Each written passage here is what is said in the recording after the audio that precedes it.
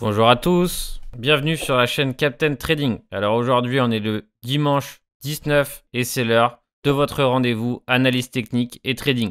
Au sommaire de cette minute marché, on va voir ensemble un peu le calendrier économique. On va voir un peu les marchés traditionnels, comment ils ont clôturé le vendredi dernier. Ensuite on fera un tour sur le Bitcoin, les prochaines zones que je surveille de très près.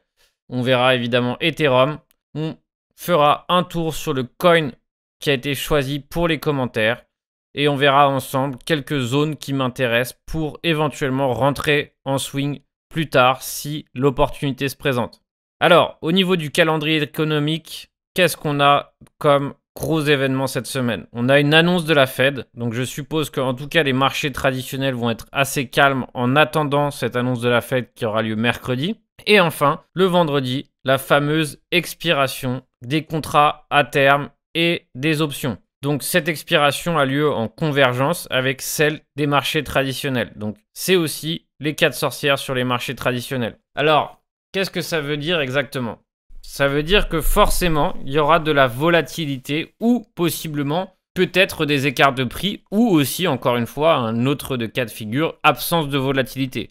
Tous ces cas de figure peuvent être pris en compte, donc il n'y a aucune certitude face à quoi que ce soit, mais je sais que par défaut, c'est une période dans laquelle je souhaite être extrêmement prudent et trader peu. Profiter de petits écarts de volatilité en scalp, mais je préfère attendre largement la fin de ces contrats pour pouvoir prendre une décision sur mes trades plus tard. Donc quand on voit par exemple la fin des expirations, on peut se rendre sur FTX et voir finalement que certains contrats à terme, donc ceux du 24 septembre, vont expirer. Donc tous ceux qui ont des positions à terme dessus vont voir leur position clôturée, soit en gain, soit en perte évidemment.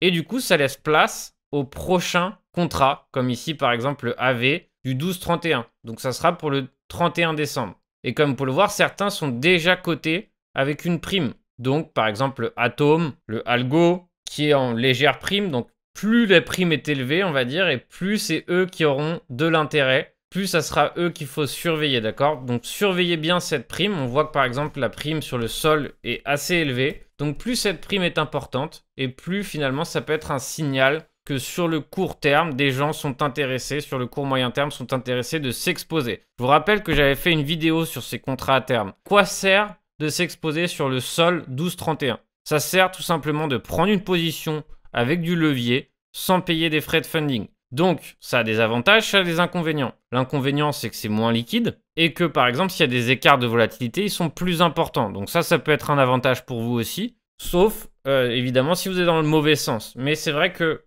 parfois, j'aime utiliser ces contrats à terme et qu'on peut tirer profit de ces contrats à terme pour faire des stratégies court, moyen terme, swing, etc. Donc c'est ça l'avantage des contrats à terme. Et comme vous pouvez le voir, ceux du 24 septembre vont clôturer vendredi et vont laisser place au prochain contrat à terme ici du 12-31. Donc au niveau des marchés traditionnels, c'est ce qu'on va regarder en premier avant de s'attaquer au Bitcoin.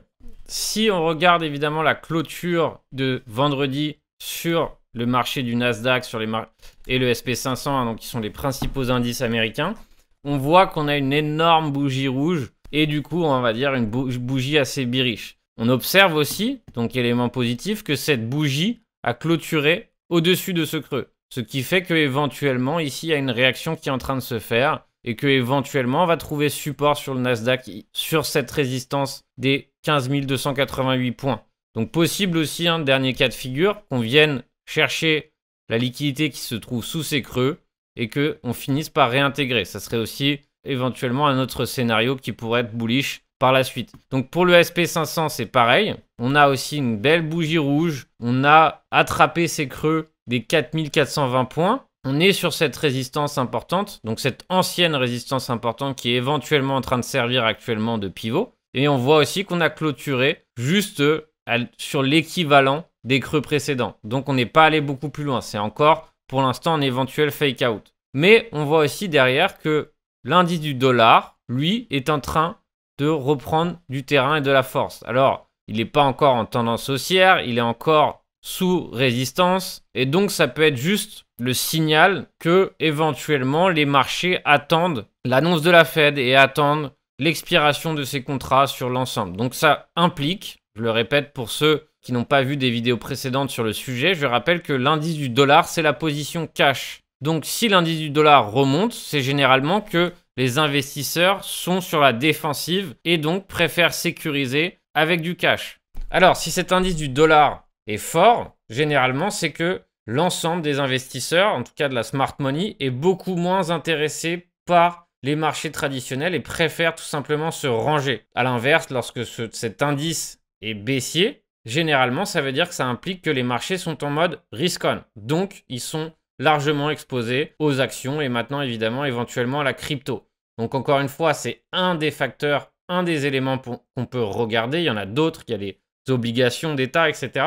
Mais c'est aussi un indicateur qui est quand même assez significatif. Donc pour l'instant, on voit qu'on est en train de faire une petite tendance haussière ici en 4 heures, mais qu'on est encore largement sous résistance, donc pas encore le moment de s'effrayer. Donc encore vraiment une semaine qui impose, qui implique prudence. Je ne suis absolument pas pressé de rentrer en position tant que cette semaine n'est pas passée. Par expérience, dans d'autres semaines, à l'expiration de ce genre de contrat, j'ai toujours été content de tout simplement avoir moins d'exposition parce qu'on a souvent des grosses surprises, on a souvent des écarts de volatilité dont on n'a vraiment pas envie de s'exposer dans ce genre de cas. Alors, si on regarde les contrats qui vont expirer, donc 65 000 bitcoins presque en open interest, ça veut dire que l'ensemble des positions ouvertes sur les contrats options bitcoin représente 65 000 BTC et que le niveau de douleur maximum est 44 000 $. Alors, qu'est-ce que ça veut dire 44 000 $? Ça veut dire que si on clôture à 44 000 $, ça veut dire que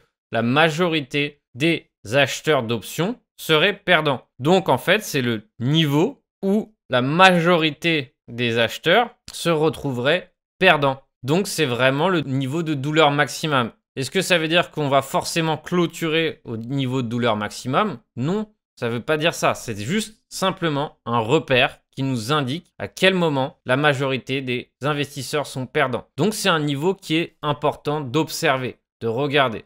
Donc, on verra, faites l'exercice ce vendredi à 10 h de regarder où est-ce qu'on va clôturer pour voir si on était loin, près, etc., etc. Donc, on regardera de près ces expirations qui sont les plus importantes depuis mai. Je vous rappelle qu'au mois de mai, ça a été aussi assez chaud. Donc, possible tout simplement qu'on ait un écart de volatilité, pas forcément comme celui du mois de mai. Et de toute façon, on va dire que le sell-off du mois de mai avait déjà débuté à partir du 10. Donc, possible que ça arrive du jour au lendemain.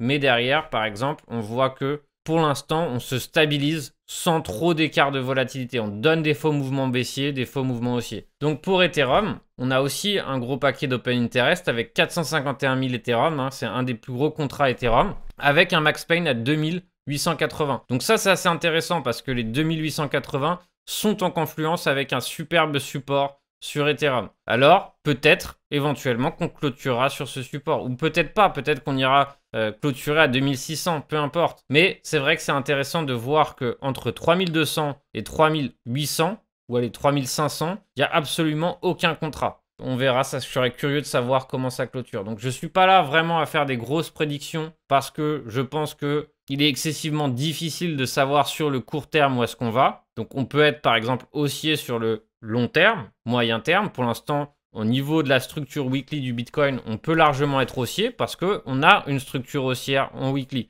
Donc, logiquement, lorsqu'on a une structure haussière en weekly, on a de fortes chances de continuer ce mouvement haussier en weekly, bien que sur les autres unités de temps, on puisse corriger. Alors, on va faire un petit tour sur les zones qui m'intéressent le plus sur le Bitcoin.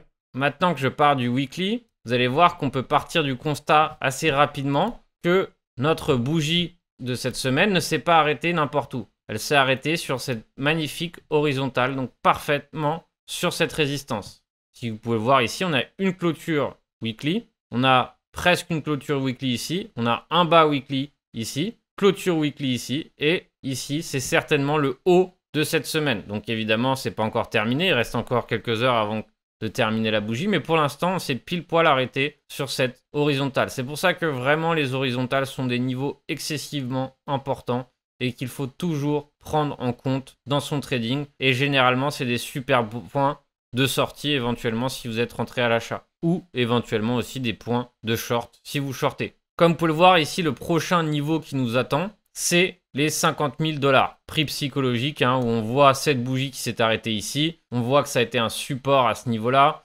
et que globalement, ça a été aussi une résistance. Donc vraiment, le prix psychologique des 50 000 $, c'est celui qui nous attend. Et donc, je mets cette zone tout simplement pour bien remarquer que c'est une zone de résistance. Donc, à voir comment on termine cette semaine. Pour l'instant, on voit qu'on a une bougie de retournement, donc ce qui est plutôt positif sur le court terme. Donc maintenant, si on se met en daily, qu'est-ce qu'on voit en daily? On voit qu'on a eu une déviation. On voit que hier, la news de Cuba, peu importe hein, si c'était la news du Cuba qui a tout simplement drivé cette bougie verte, mais on voit aussi qu'on a clôturé en dessous de ce sommet. Donc c'est une sorte de fake out. À voir encore une fois comment on termine la journée d'aujourd'hui, mais pour l'instant, on voit que c'est tout simplement juste une petite déviation qui s'est faite sur le haut du range, sur le haut de ce petit range ici qu'on a depuis quelques jours. Donc pour l'instant, aucun signe d'un vrai retournement de tendance. Donc évidemment à observer la clôture d'aujourd'hui, mais pour l'instant on est encore largement sous résistance et donc j'irai pas me précipiter à l'achat sur ce genre de bougie. Donc pour moi les prochaines zones qui vont être intéressantes, ça va être observer la réaction qui pourrait se faire si on franchit ces 46K. Il faut comprendre que si on franchit à la baisse le support des 46K, ici réside un gros paquet de liquidités et réside ici aussi une invalidation 4 heures. C'est-à-dire que pour tous ceux qui sont longues, ici, si on franchit les 46,800 $, donc environ les 47, ce long est invalidé. Pourquoi? Parce que la structure redevient baissière et on aurait ce qu'on appelle un M. Ça serait évidemment un scénario de retournement assez violent. Et donc, si vraiment on franchit ce niveau à la baisse, encore une fois, pas une déviation serait plutôt bullish. C'est-à-dire, qu'est-ce que j'appelle une déviation? C'est tout simplement lorsque on franchit un niveau, mais qu'on réintègre. C'est une absorption, c'est pas vraiment un breakdown, c'est plutôt un fake out. Donc, pour moi, un franchissement net, ça serait évidemment un signal de retournement violent. Donc, un niveau clé à observer. Derrière, il y a vraiment un niveau qui m'intéresse. Ça serait d'aller chercher ici la zone des 42 600 $. 42 000 jusqu'à 40 000, ça serait vraiment pour moi un point intéressant à chercher.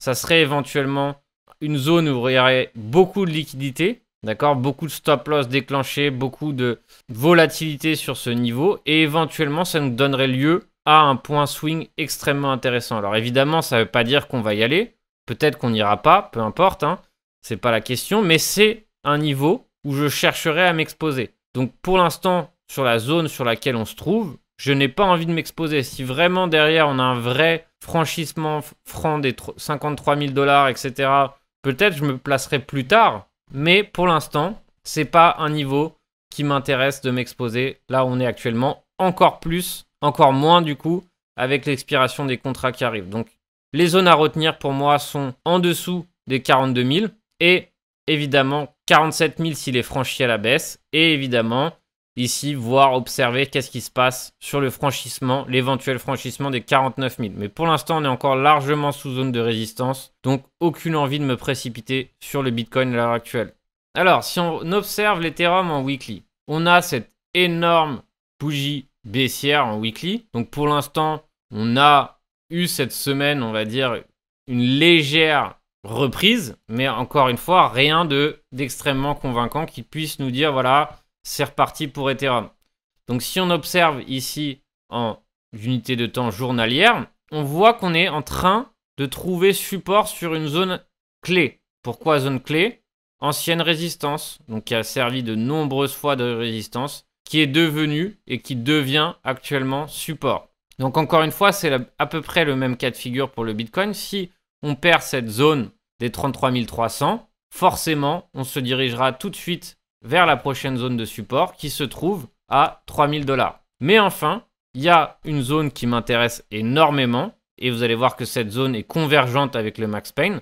C'est si on franchit la barre des 2950, il y aura énormément de liquidités qui se trouvent sur ces niveaux. Énormément de stop market qui serait déclenché et donc éventuellement un écart de volatilité. Donc pour moi, ce niveau des 2900 serait un niveau swing assez intéressant pour se positionner sur le court terme, court moyen terme sur Ethereum. Donc c'est une zone que je surveille. pour l'instant, comme on peut le voir, on a un sommet en dessous du précédent. Donc ce sommet des 3650 est bien en dessous du précédent. Et ici, on voit qu'on avait un range, on en a parlé la semaine dernière, qu'on a dévié de ce range. C'est-à-dire qu'on est sorti du range par le haut, on a fait semblant de franchir ce range et derrière, on a réintégré assez rapidement. Alors un scénario que je surveillerai, par exemple, c'est celui-ci. Un sommet en dessous du précédent et derrière, éventuellement, on franchit 3330 à la baisse et on vient chercher toute la liquidité qui se trouve sous les 3000 $. Alors éventuellement, c'est mon scénario préféré. Ça ne veut pas dire que c'est celui qui va se mettre en place à l'heure actuelle. Donc ici, pour conclure, on est sous résistance. La zone des 3700 est une zone de résistance. Regardez ici, c'était cet ancien creux qui a été franchi à la baisse avant le sell-off. Donc forcément, il y a beaucoup d'offres qui résident là-dessus. Et cette zone des 3000 et 2900 où réside énormément de liquidités. Donc beaucoup d'offres, beaucoup de demandes qui sera sur ce niveau. Donc ça, c'est vraiment les niveaux qui m'intéressent sur le court terme sur Ethereum.